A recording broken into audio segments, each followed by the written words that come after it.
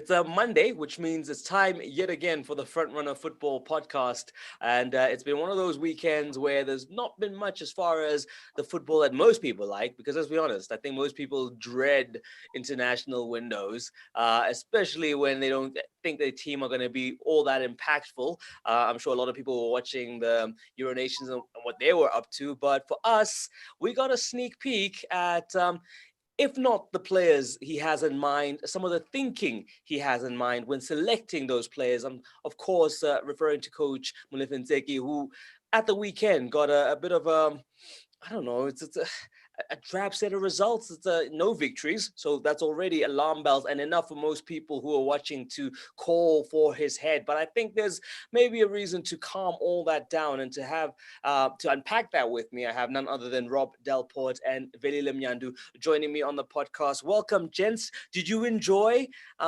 seeing Bafana take to their field in their new kit and new faces and so much new, but maybe a lot of old habits as well? How would you ascertain the weekend that was? Let's start with you, Rob.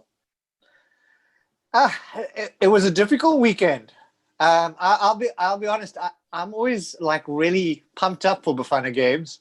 I'm always expecting a lot, and I'm always disappointed because I really did think we would be a lot better than we were. I thought some of the players, some of the players that he brought in had potential to deliver a lot more than they did, and it was actually quite a disappointing 2 games to watch, because in both games there were moments that gave you a bit of hope, and obviously we could see which players are of an international level, but I was very disappointed to see some guys who I think have the potential not stepping up. You know, the fact is, when you put on your national jersey, you're supposed to raise your game, take your game to the next level. And some of the guys definitely didn't do that. Look, there are always excuses. International friendlies are tough. It's kind of why I think Europe have pretty much done away with them by adding the Nations League. Perhaps that's something Africa needs to do as well. Maybe if every game was competitive, we'd see that competitive edge. But I thought that's what was lacking. Even from the guys who performed well, I still think they looked a little too relaxed out there. No, for sure. You get a sense that they know that it's all just friendlies and, some of us are going to stay, some of us are going to go. So we're not really going to apply ourselves 110%, which is sad because, ironically, Veli, when you see these players and you're thinking they're donning this new jersey as part of a new chapter in South African football, that they don't take that into consideration. That, you know what, guys, every time we play as Bafana, no matter if it's a friendly against our SADC neighbors or it's against a Brazil, we got to bring our game, our A++ game.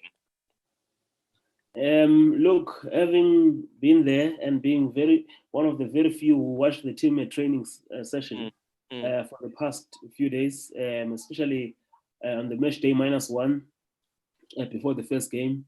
The first game, I thought I kind of understood the struggle there. If you look at the composition of that team, it was a bunch of players who are not regulars at senior international level with Bafana, including 3 debutants. So I had expected better, but I kind of understand how things went there. And I also felt that maybe it was not entirely a good decision to just fill them all on their own, maybe a bit of mixing experience and also with some who are new to make things easier for them. So yeah, the first result was slightly disappointing for me as well. We should have done better, especially if you notice, even in both games, we also failed to protect a lead. At this level, you can't score and you fail to protect a lead.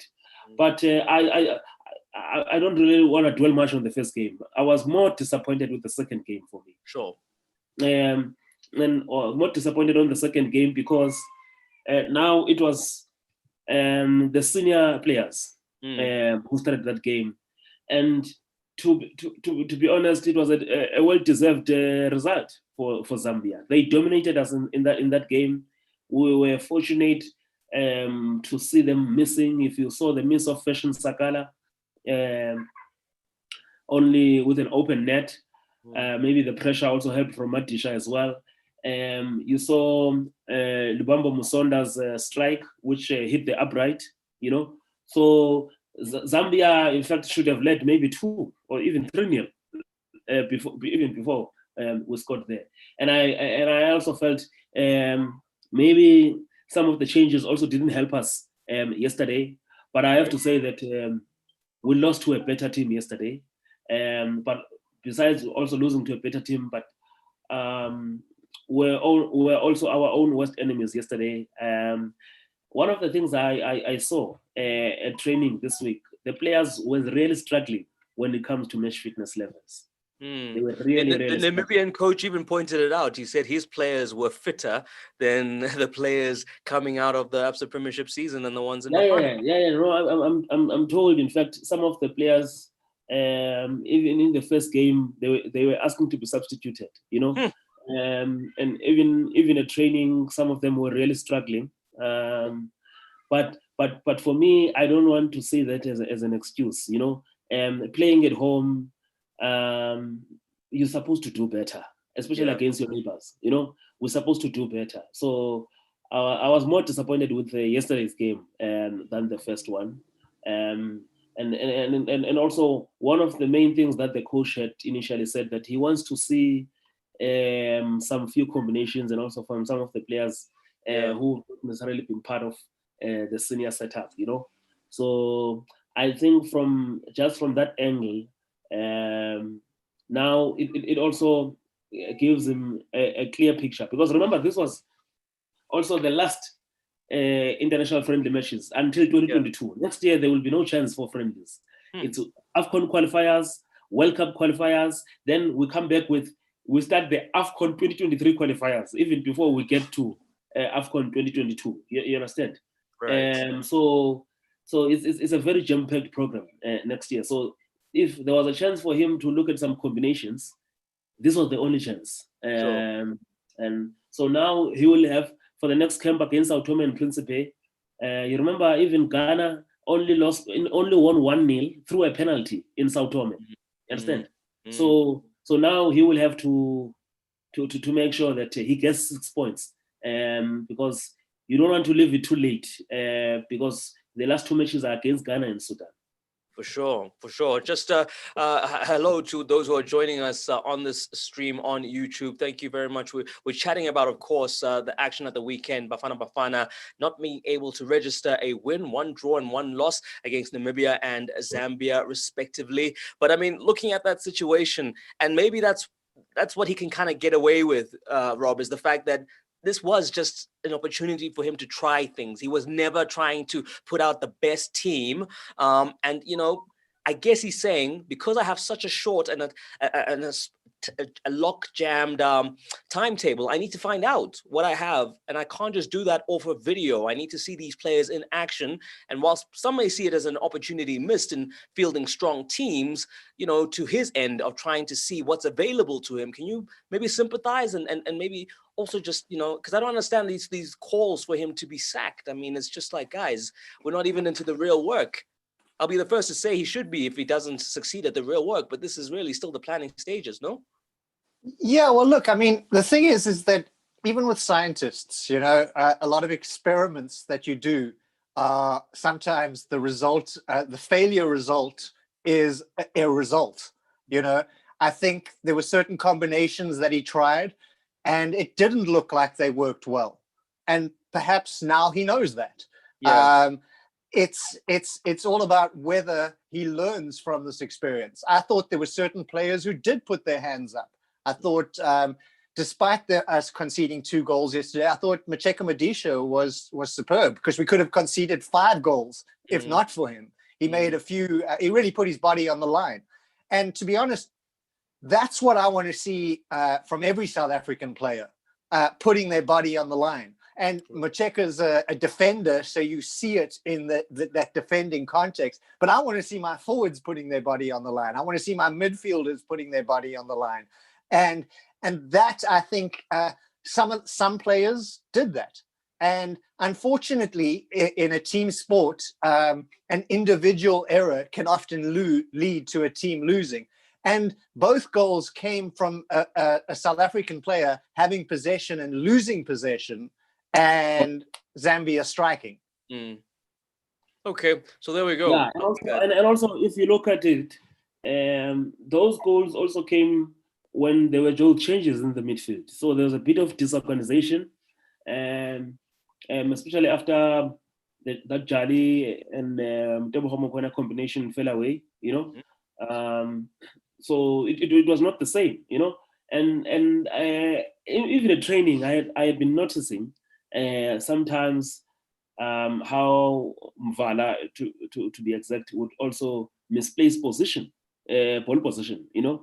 And at that level, with the way Zambia was also attacking, because when they attack, when they break on that transition, they have got about 3 to 4, if not 5 players, you know, and they attack the box. If you saw Zulu, if you saw Musonda, if you saw Lungu yesterday, the way they're doing things. So they came here with a plan. And you know what? We lost to a Zambian team which arrived here, landed at OR Tambo just after 9 p.m. and still drove to Rustenburg. So in terms of rest, there was no rest at all. They had played on Friday, lost to Kenya on Friday, and they were unfortunate because they had a goal disallowed, and it was a clear goal that was disallowed. So they lost there, and they came to redeem themselves. And also, it was not even a fully fledged Zambian team that we lost to yesterday.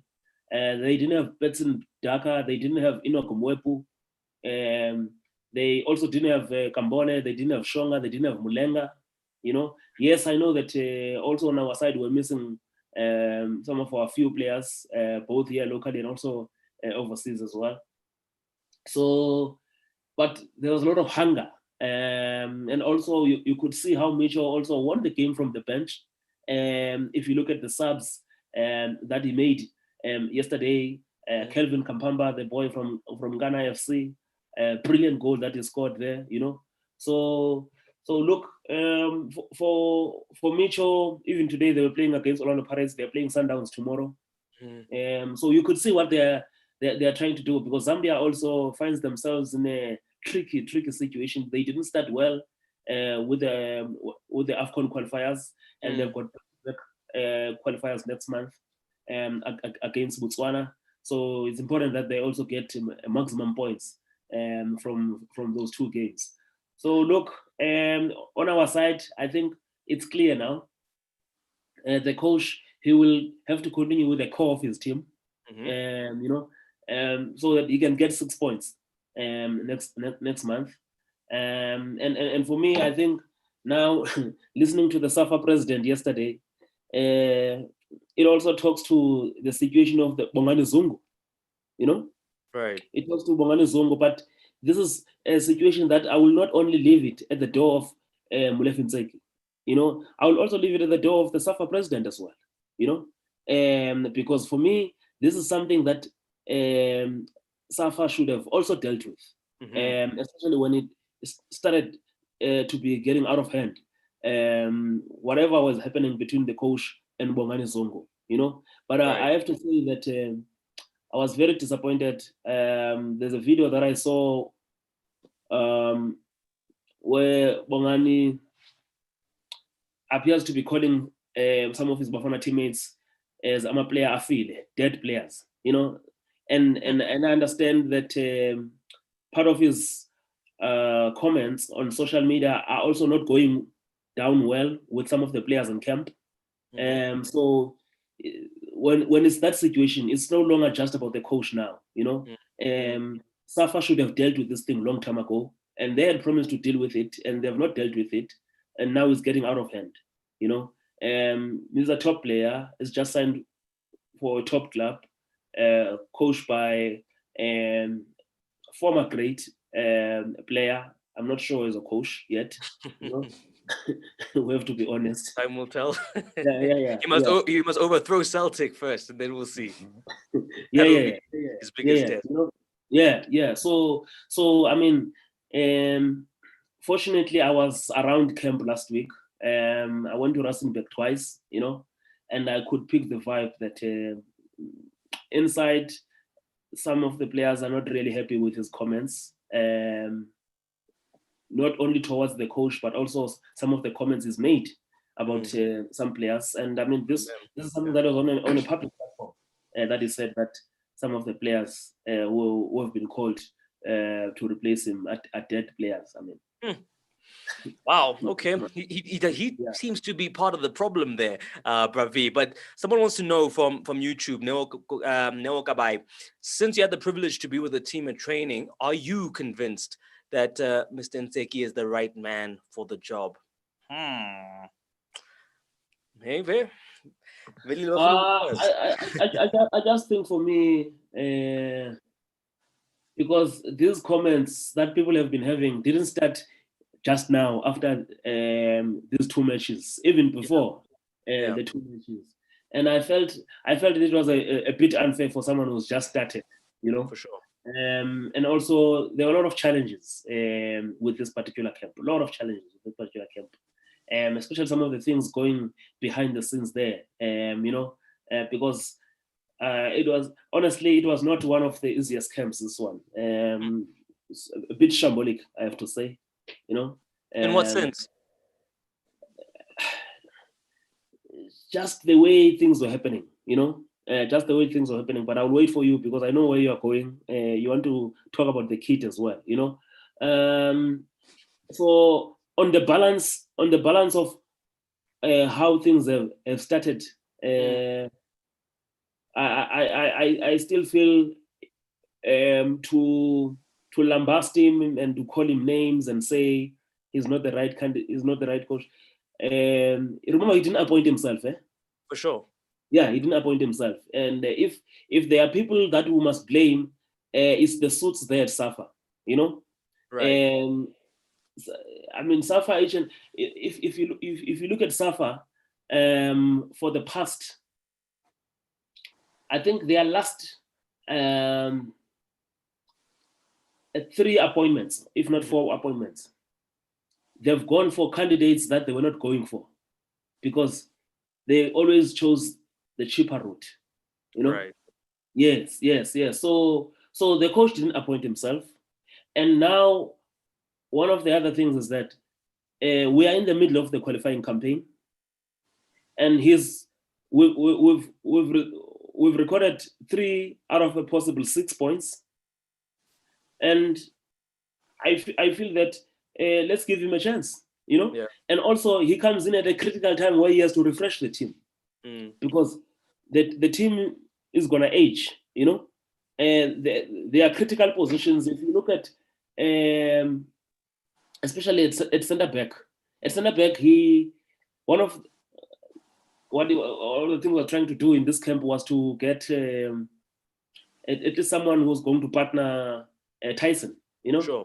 And I thought Madisha did well. I would have loved to see him pairing Tibang Pete also with Tyson as well, you know. So yeah, I just feel that on the side of refreshing the team, he's a good candidate on that side. But we need results. We do need results. You're right. And I mean, I guess it's as simple as if he doesn't qualify, he's got to go, right? Would you both agree? No. It's that simple. That simple. If he doesn't qualify for the AFCON, it's simple, you know. Does it matter how he qualifies? I mean, if it's through some mathematical equation, look, it's still okay? Or... We are in the middle of a qualifying campaign right now. Our fate is in our own hands. We must finish in the top 2 in our group. We play against Sao Tome and Principe. 6 points there takes us to 9 points. And depending on what happens to Sudan and Ghana in their double header, we get 6 points there, 1 foot inside, you know. And we still have Ghana coming here in March, and also we go to Sudan. So let's wait and see. Because right now, you know, I just feel that you know our people they like names. They the message or what I've been seeing that people don't know Coach Ntseki, they don't know his credentials. But you must also know that the senior players in the camp this past weekend, Jali, Kermit, Darren Kidd, Tyson, those are players who worked with Ntseki from 2009. Right. They were at the Under 20 World Cup together. And the players who came into the picture for 2015 and also even 2016 Olympics, he's been part of those. He's been part of those camps, Right. And he was also a part of the assistants to Owen Dagama at the Olympics. He's worked with Sinong, and also he went with players like Riv Frosler to the World Cup under 17. I think people also look at no, he's not coaching the PSL, and sometimes this issue of coaching in the PSL, you're not coaching the PSL just because you are the best deserving candidate. It's because also you are fortunate to have, how can I put this? You are fortunate to have a club owner who will give you the chance, And some of these coaches who've long been there, and because you must also check when they won which tournament was this? When Celtic won the 2012 Telkom knockout, who was assisting Clinton Lassen there, and who brought Tapelo Morena there, So I think the notion that Coach Ntseki is coming from nowhere and has got no credentials in the game, people who are in the right position to rectify those things and come up with the information and context, like I'm doing it now, they must come out with that, And whatever we can say about him, and if he doesn't deserve to be there, but also let's spare a thought that he didn't appoint himself. Sure. He didn't appoint him. Yeah. Yeah, and I basically agree that I think we have to give him a chance within the qualifiers. What I think has happened by the results from these friendlies is he's added pressure on himself. The truth is that these friendlies were a perfect opportunity to lift that pressure and give himself a bit of an identity. Sure. And unfortunately, that didn't happen. But the thing is that I think we've had more coaches than years Bafana's existed, which is a problem, because this is what unfortunately happens every time a coach is in charge and results don't go our way. People start calling for his head, the pressure builds, and that happens. For me, it is based on results. Coach Ntseki has an easier route to the AFCON than some of the previous coaches. With the 2014 tournament, it means that qualifying is a lot easier. And I think that basically is the mandate. You don't qualify for AFCON, you're gone. And listen, I mean, a lot of times people do want names as coaches, but the truth is that around the world, international coaches and club coaches are different kettle of fish. A lot of great club coaches struggle at international level, and a lot of great international coaches have got almost no background at club or have a small record. So that happens. I think it's just sad that, again, home friendlies, it could have been a boost of confidence. And I think really just as a fan of the South African national team, that's what I wanted from this. I wanted a boost of confidence. Instead, I'm like last week, I was really excited. And this week I'm a little down. I'm a little depressed. I agree with you. No, I was looking forward to those matches. I was like, let's see. Yeah, no, I don't understand. I don't,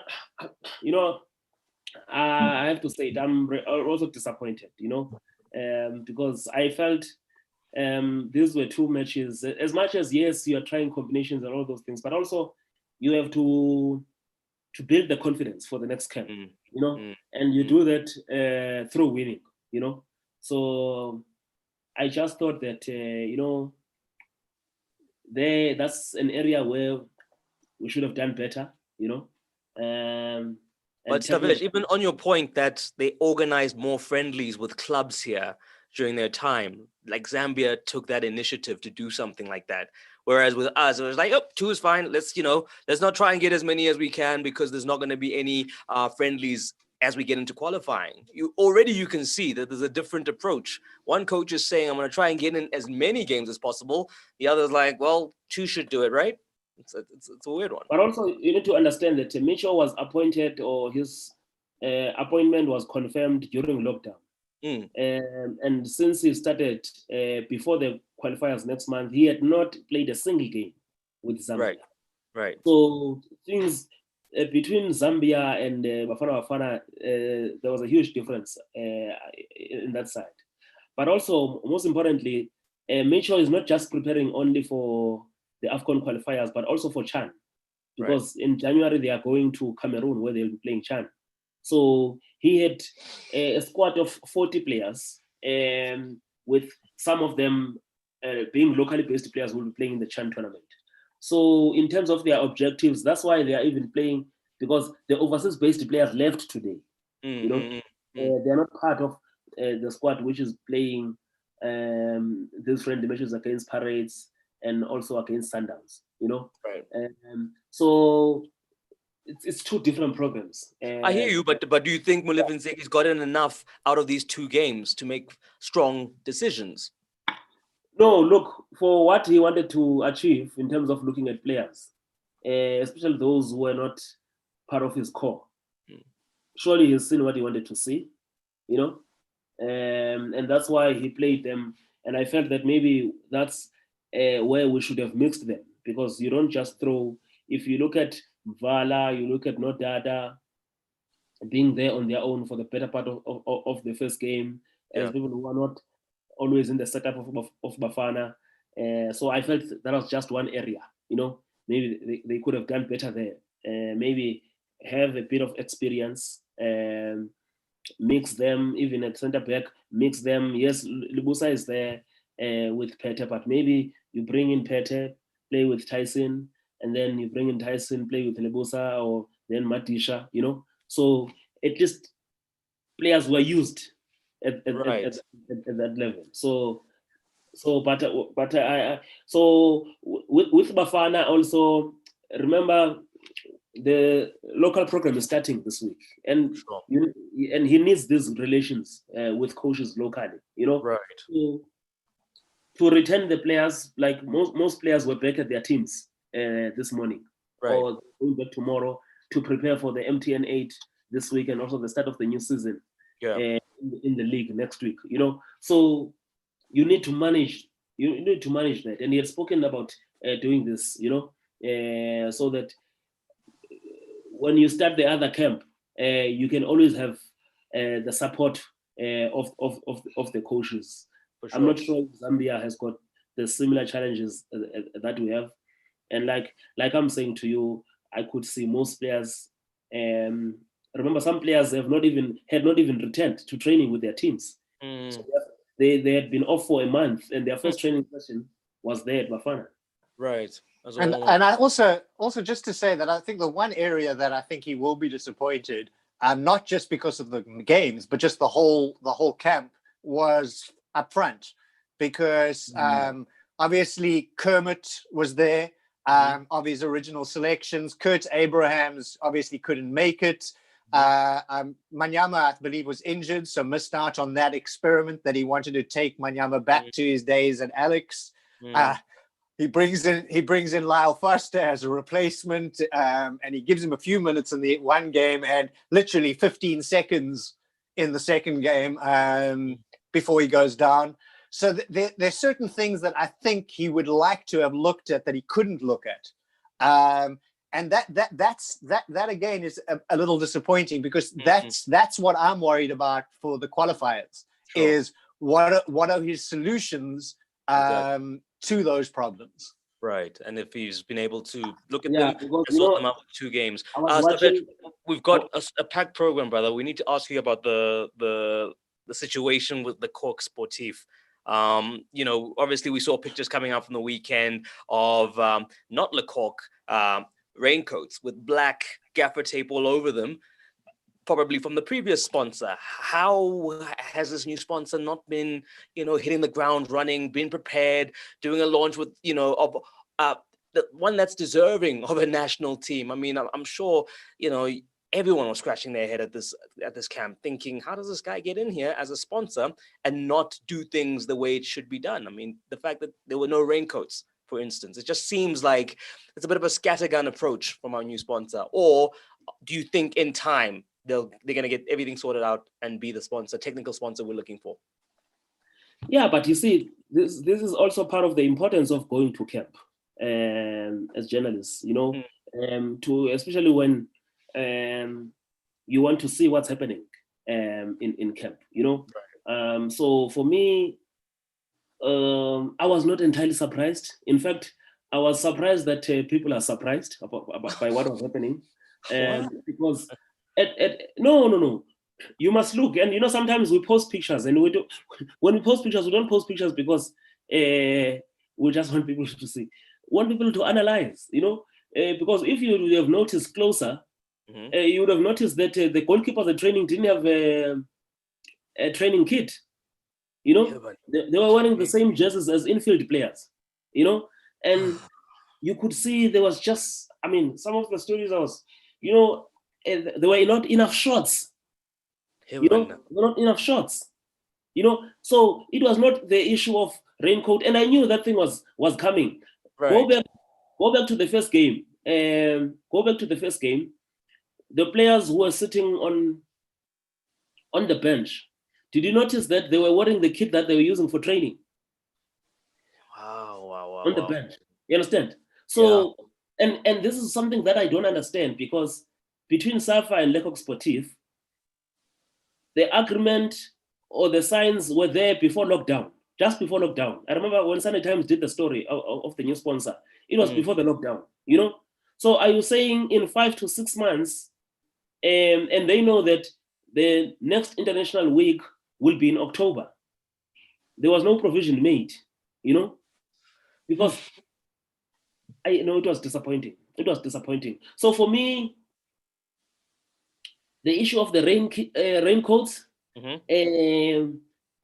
I saw it coming. That one.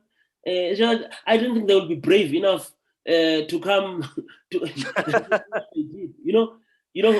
which is very unfortunate for me. Very unfortunate, because Bafana is the flagship, of course, of SAFA. It's so, and also we are in a country where even our league commercial is one of the best leagues on the continent, if not the best, so all eyes are on us, especially when we play against Namibia and Zambia, our neighbors. Sure. Their benchmarking is on South Africa, so when it's us now who can handle such an easy thing like this, an easy thing like this, so it was really disappointing to see the SAFA administration not handling this thing in a proper way. And I can tell you, and this is why we go into camp, because look, I'm not going there just for kit, but you have to find the vibe, and you have to see, and also you're around there in camp and you see other members of the camp or from SAFA. This one is wearing Nike, this one is wearing the new kit, this one is wearing Adidas, and we're like, sure, it's really shocking. But you know where also this thing is coming from. One of the things I've noticed that SAFA currently is seriously short-staffed. Because they've released a number of people through retrenchments packages that they took. And some departments are seriously ailing at this stage, operating. I think the commercial department, which is where most of the things we're dealing with now, are falling under. Yeah. I'm not sure if they've got anyone left, right? So and you could see how some of these things were also impacting the camp, because people were just complaining, complaining, and It will be another story for another day. If you want to know the situation, how did Mubarak end up having to replace Frosler? Mm. Because sometimes the technical team has to come across as managing the situation, but it was not really for technical reasons, as we were made to believe, Really? And it's also something that has to do with a bit of administration on the other side, Yes. So, See, I made a joke. now I made a joke last week that Safa didn't have enough personnel to send Pizzo a good luck message. And now it's coming out. I mean, the thing is, and all of this, really, we shouldn't see this as supporters or media in the flagship of Safa. No, because you see, these things are basics. For sure. You knew late last year already that Nike is not coming back, right? And you're supposed to be having a new sponsor, and the new sponsor, you agree with them 6 to 7 months before you play the first game under them, and you're telling me that they are not ready with the basics. I'm telling you about kit. There were not enough shots. That's madness. Goalkeepers didn't have training kit. You must go back to the pictures and see what the players, they were wearing the same kit as the infield players. On the bench, what do they wear? Training, warm-up kits. I think some members of the technical staff also at night they have to wash the shorts. Oh my word! Really?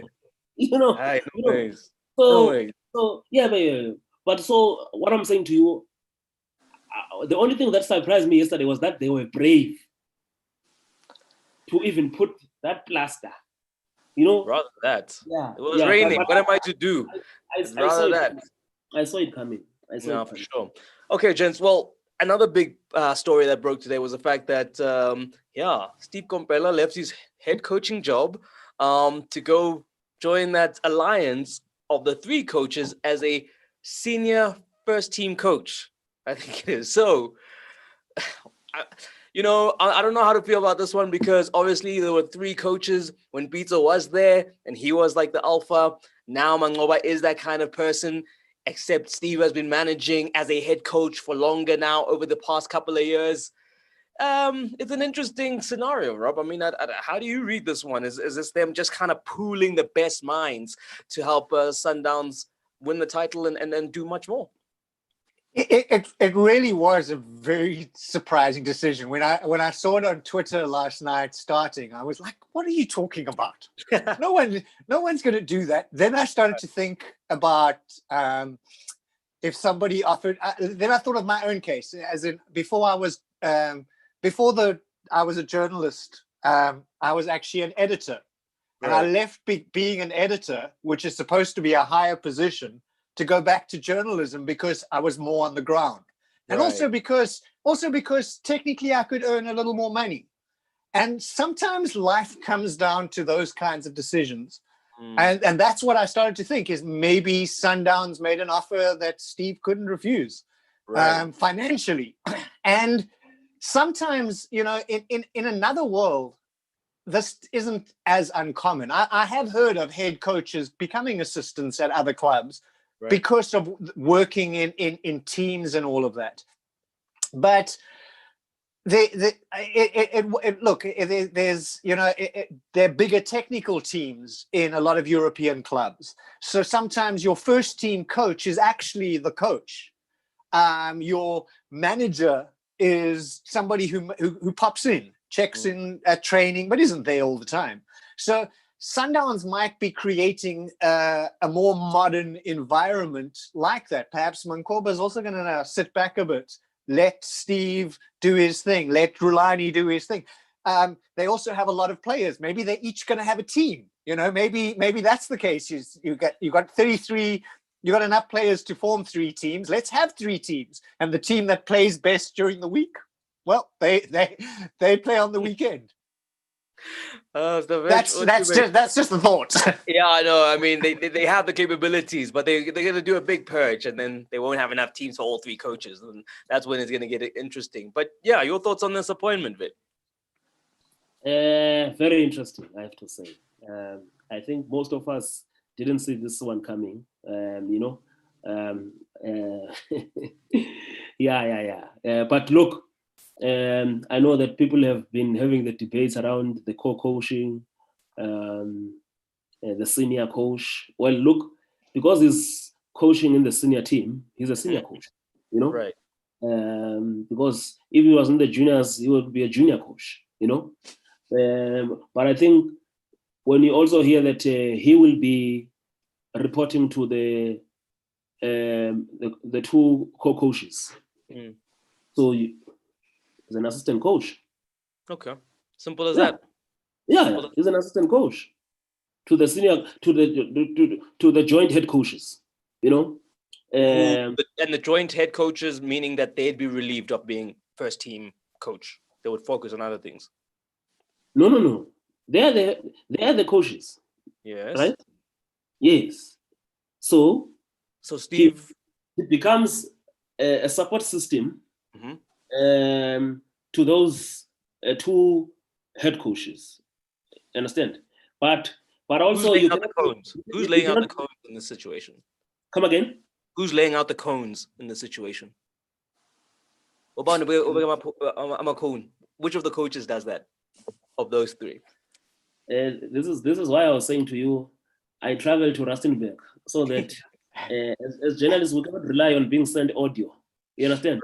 Right. If something is around our doorstep, I must not be told and say, "Hey, they are saying this." I must go and see it myself. Right. So me and you must go to Chlorkop. And see who's putting out the code. And see the exact duties. You understand? Right. And for sure. Because I'm interested to see. Yeah. We must go to the media open day, observe for ourselves. But also I think with how modern football works, if you look in the setup of Coach Pito, I think now with Alawale, he's got a local assistant. He's got Titi sometimes who was sitting on the bench before Coach Kevin arrived, and now you'll also be having Coach Kevin there. So it's not to have someone experienced. You look at the situation of people didn't understand when Coach Ayanda, when he appointed Coach Alan Fries, because Ayanda during a presser he had told us that he's looking for a matured coach, somebody who's going to be a mentor, but will also remain his assistant. Right. And where I'm coming to is that you can also not divorce the relationship between Coach Rulani here, and Coach Steve, and maybe the influence that could have been there to bring him over, but also Coach Manoba and Coach Steve are also people who know each other very well, and they also come from the same class, when it comes to their pro licenses, the SAFA pro licenses, So these are coaches who know each other very well, and so that's why I'm saying let's see how they are going to work together, because I think the issue here with Coach Steve is more than just about coaching, but also it's about helping with the environment as well. So let's see, because you see, the tricky part is to criticize something before it even starts. For sure. For sure. So I'm a big fan of Steve, and I got to say one thing is that it also tells you a lot about his ego, because a lot of coaches wouldn't do this because of ego alone, and I actually think it could be having somebody with his experience, also with the specific skills he brings to the party, because it's not, the fact is that he's a former defender whose teams, small teams, have often defended very well. He brings a different area, something different to that group. And I think, while it for me it was shocking news. I wouldn't dismiss it as something that's not going to work, because I actually think it's a great brains trust. When I look, it's not a like for like replacement, but it's an experience for experience replacement in bringing in Steve with Pizzo leaving. And I also think that, I mean, it tells you a lot about the respect that the coaches have for each other. And that's going to be interesting. Yeah, and also, I mean, if you look at someone like I think what is making South Africans to be a bit cagey about this one is that Coach Steve resigned from a head coaching position, right, to go to be an assistant to co-coaches. right. Because look, that's why at other clubs they call them first team coach. There's the first assistant becomes a first team coach, For sure. right? And then the second one, he'll be called a second assistant. Yes. But the difference in this case is that he's going to an environment where it's co-coaches instead of co-coaches. one Yeah, head coach. exactly. You understand? Yeah. So that's where people are a bit cagey about it, and also how it's going to work as well. So this is the situation. Okay, well, let's see. I mean, it's an interesting dynamic, and it'll be interesting to see how it plays out. And here's a club that I'm gonna bring up, because it's just like they're always in the news, Rob. When it comes to TTM, I mean, there's word that they have a coach, that they don't have a coach. There's word that we've seen a coach, and also a curious question of who was coaching during the playoffs.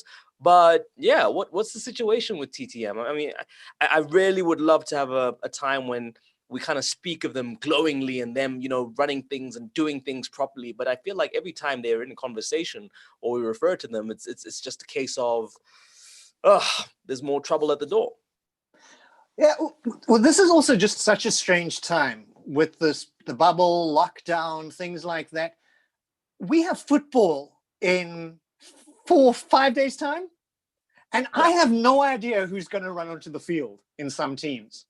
And I've never been in that situation before. Not this close, and certainly, sometimes we don't know who's going to be on the bench. Lucky, the coach from the Glad Africa side, was on the bench in the playoffs. I assume that he will have to lead the team if no one is appointed by then. But I actually have no idea about that either. There's actually a press conferences starting tomorrow, and I believe TTM are the first press conference. And I have no idea who we're going to be talking to. It's a bizarre situation. Yeah. Perhaps if we had a regular off season of 2 months, we would have, the guys up in Limpopo and in Gauteng would have been to a few preseason friendlies. They would have seen the teams. We don't even have that luxury this time around. And I mean, look, to only pick on them is also unfair, because there are other teams in a similar situation where you're not 100% sure of everything. But it's so bizarre. Like, I feel sorry for the opposition, because how do you plan for that? How do you're obviously just going to focus on yourself, because you have no idea who's coming on the field. We've discovered a few names last week of players that potentially had signed or had potentially been retained, but it's a bizarre situation. I'm looking forward to tomorrow's press conference as much as I'm looking forward to the game. I don't know if there's going to be any more clarity either by the press conference, because it's an interesting one, because Norman Mapeza was there, and literally within a couple of days he was like, nope, not for me. I'm going to leave, guys, because I can't do to this team what I'd like to do, and in the time that I have to do it. I mean, I've never that is probably one of the shortest appointments we've seen, really. I mean, umuntu uyangena nje just to be like assessing the situation, and already he's back home. It's not even an appointment, according to the story on the Times Live, because now he's back in Harare. So how he sees the situation is that he was here to assess, But Rob will remember that last week we had an interview on the Software platform with the Silo Chokwe, the CEO, and I put it into him. I said, one of the reasons you can't tie down a coach is it due to financial issues, because there have been rumors that financially they can't tie down their coaches. Remember, at first their first target, their priority number one was Owen Takama. They couldn't agree with him, and now they can't agree with Norman Mapeza as well. Right. And Mapeza, one of the things he's talking about is that the guys don't look to be ready, and he can't get that team ready. And one of the reasons, remember, they only retained 7 players from their squad that they brought from the Club Africa Championship. And they've got very few players, by the way, from Pieterswits. Very few. I think when they were counting, it's less than 5 players. And some of the players they were mentioning are not with them. Even Richie, we saw him with Swallows. Right. Also, Bushem Kwanazi could end up at Supersport. You understand? Right. So, and yes, there are some players who are still on trial that they could tie down as well. But I know that they've been playing friendlies here in Pretoria, and they are organizing more friendlies even this week, But the team just doesn't look ready on and off the field. Sure. No coach, less than 5 days to go to their first game of the season. The squad is not settled as well. It's a shame. Who do we lay the blame at whose feet? Because people allowed them to participate and be here like this. There was a possibility of this team even qualifying for the CAF Confed. For sure. If Vets had finished in the top 3. So imagine the embarrassment, because with the CAF Confed also, they are very strict. They say if you, especially for the CAF competitions this coming season, if you don't conform to club licensing conditions that are required at that level, they will kick you out of the competition. So imagine if they were one of the 4 teams representing us, So it's a serious issue. I'm telling you, serious issue. This one.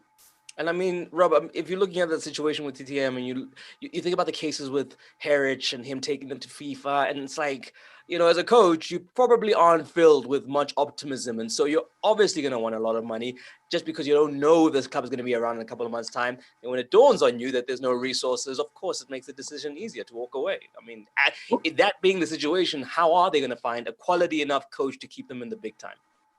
Well, that's actually when you guys were talking about Bafana earlier, I was thinking about why we don't have a big name coach.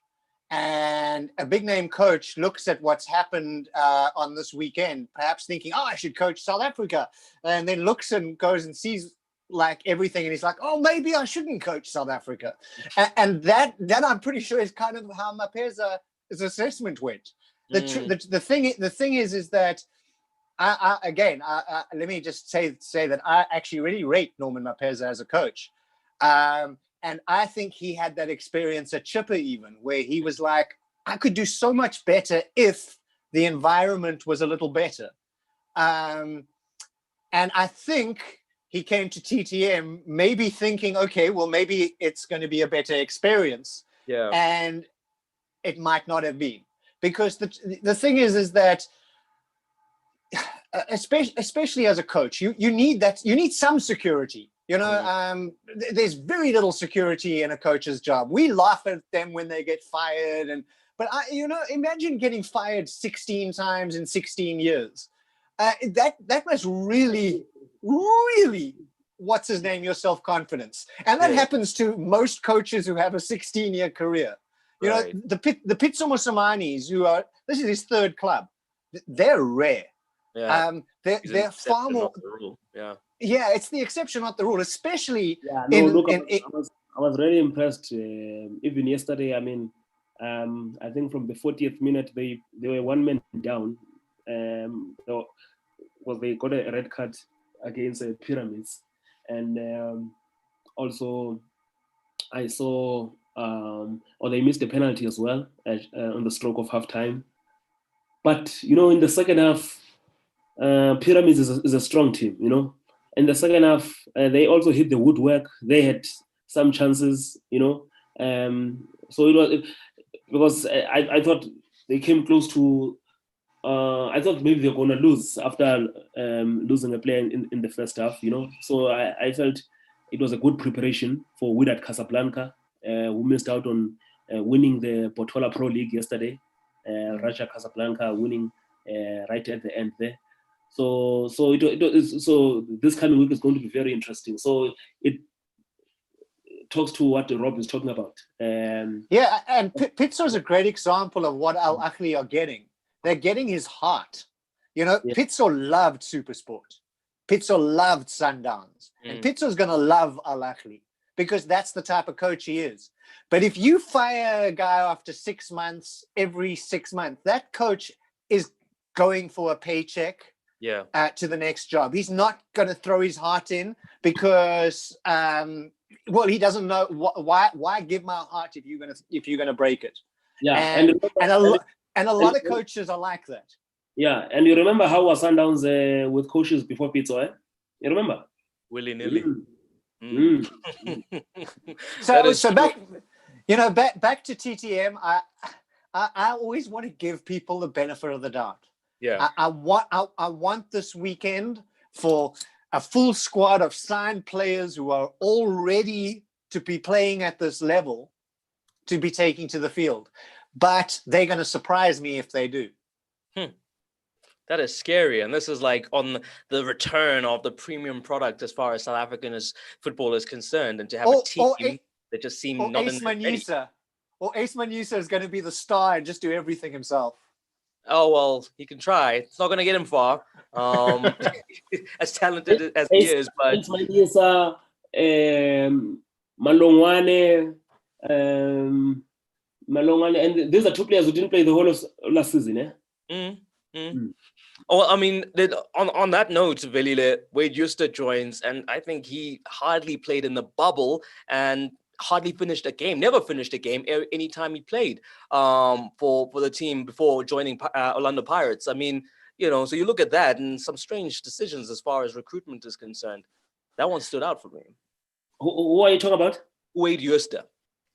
Wade Juster joining Orlando Pirates. I mean, for me, it was quite an interesting appointment, considering that he hasn't played that much. If I have to show it to you, I mean, the guy played 7 matches where he started in the starting 11, and then he was substituted 5 of those, and then he was in the squad 24 times. So he wasn't even active. Sometimes it could happen that the way they profile the player, it's what they want, you know. Right. But for me, there's been Nyauza in that position, you know, especially with how can I put it? Especially now with Tyson arriving. So Nyauza, I gather that he will move back to his original position, which was the right back, you know. There was Mabaso who also played in that position as well. There's Dube in that position as well, you know. There's also been the young man Monyane playing in that position. So no. Yeah, I mean, it's a bit of it's a strange one, Rob. I mean, from Highlands to Pirates, having not played that much at Highlands, you know. Football is a funny game, and I kind of think of it as dating. Sometimes you spend a long time with a girl and it doesn't work out. And then sometimes you spend a very short time with a girl and it does. And I think sometimes clubs are like that as well. Sometimes you're going to work at a club and sometimes you're not. And some of my favorite footballers are inactive because they moved to the wrong club. Right. And they didn't fit into a style. Maybe Pirates saw something with Wade that's going to suit the coach's style. Maybe it's, sometimes scouting does that. Yeah. You see something that club is not seeing, and that move makes a difference. Some players just work at some places, some don't. It is an interesting one. But it is a position that they have, like V said, they've struggled with to fill the past few seasons. Maybe they see an answer there. At Highlands, he did have people to compete with who were coach favorites, like Ryan Ray, played a lot and was really good. Yeah. And was also used in different ways, because like long throws, he was a weapon that was different to possibly to what Uster offers. Well, let's see. I mean, like you say, it could be all down to the scouting. They've isolated the guy that they want, and he could come in and make a difference. Time will tell. We'll discuss the purge of all these players and much more on another edition of the show, because obviously all the transfer movement is still happening within the league, and there's so much. I see Newo is asking about Nange. What's the story with Nange? I just have a few words around Nange. Nange was the first player Chiefs got in this window. Thank you. Mic drop moment there from Ellie. There we have it, gents. Thank you so much once again for our weekly discussion, and of course, just kind of bringing to the surface some of the insights you have as to what's really happening as far as the nitty-gritty of local football is concerned. I know you'd like to say more, but we can't, because we value our sanity. And of course, Belile, you've already been exposed to what that means on Twitter. But yeah, thank you, gents, for all your thoughts and your impressions this evening. Have a good week. Thank you. And to you who's been watching on YouTube, thank you so much for tuning in to the Front Runner Football Podcast. You can always engage with the sound bites as they drop throughout the week. If we said something that makes sense and you'd like your friends or those who are fellow football lovers to kind of engage with that content, please send them our way at Front Sports is the Twitter handle. For myself, Gamzambata, and the team behind